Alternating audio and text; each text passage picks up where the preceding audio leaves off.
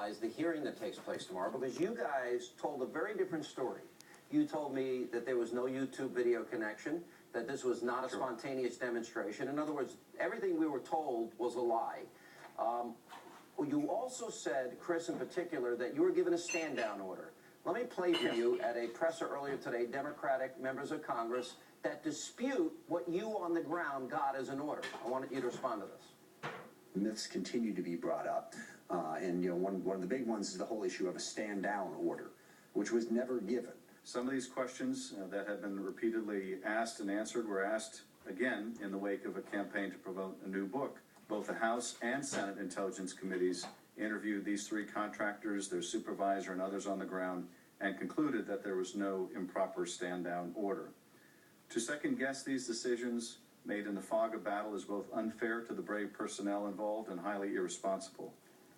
You guys, Chris, I'll start with you. You risked your life, you risked your career, you purposely disobeyed orders, and you saved at least 25 people's lives that day, you and other people.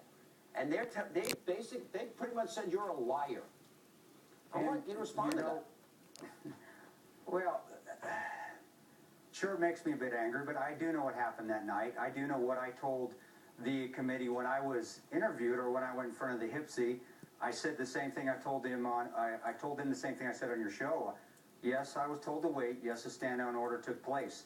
So for them to call it a myth, or to them say it's a disservice to us or to the guys on the ground, well, I really think what they're coming out with now is a disservice to myself and Mark and Tig. I do too. What we said happened is it happened, and I don't know what their rules. I don't know who they're talking to. I don't know what agendas they have.